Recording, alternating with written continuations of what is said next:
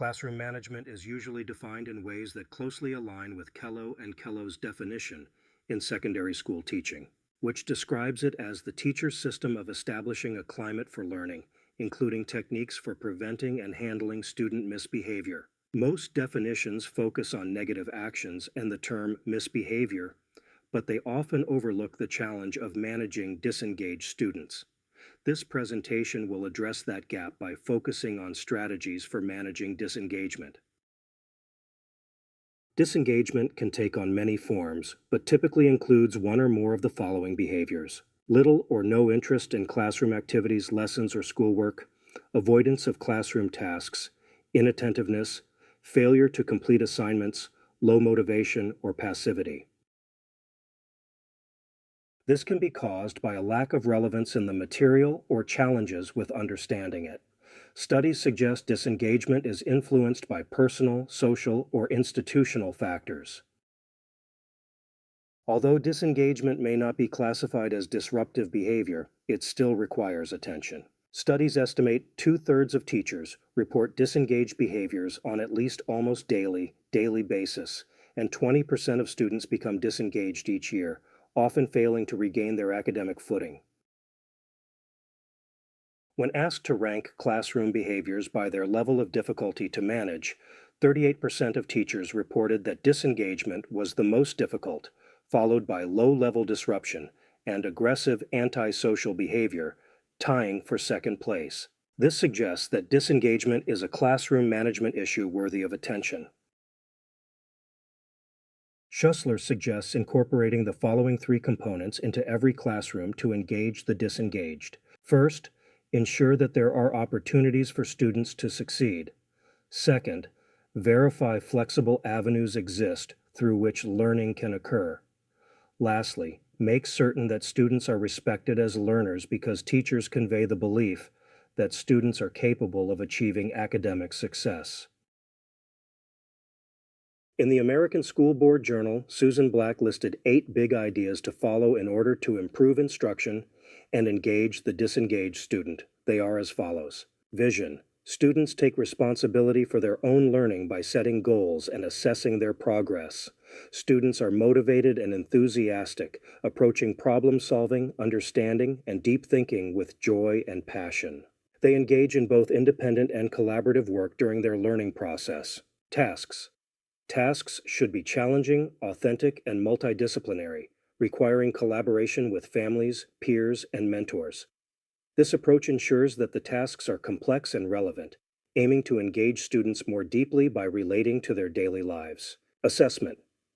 Teachers assess students' progress using observations, interviews, and evaluations of presentations and projects, focusing on what students know, understand, and can do. Additionally, students contribute to designing assessment criteria and use these criteria for self-assessment. Instructional models and strategies.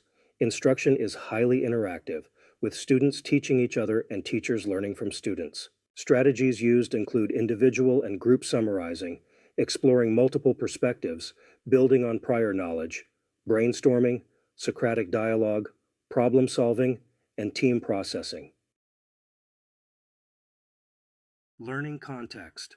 Classrooms function as knowledge-building communities where students collaboratively develop their understanding in an environment that values diversity and multiple perspectives. Students are encouraged to ask challenging questions, define problems, lead discussions, set goals, and engage in conversations about their studies with family members and other adults. Grouping.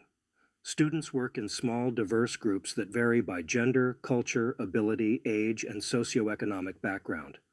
These groups are flexible, with teachers adjusting them based on instructional goals. Teacher roles. Teachers act as facilitators, guides, and co-learners alongside students.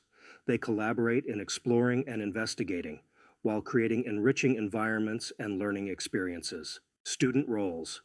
Students act as explorers, engaging with the physical world and others to discover concepts and apply skills. They are encouraged to reflect on their discoveries, acting as apprentices while observing and thinking, and as teachers when sharing what they've learned. While actively managing a classroom through the use of Black's 8 big ideas, teachers also need to work on building student-teacher relationships. Levin and Nolan remind us of 4 simple things we can do throughout the day to build these relationships. First, express an interest in students' personal lives.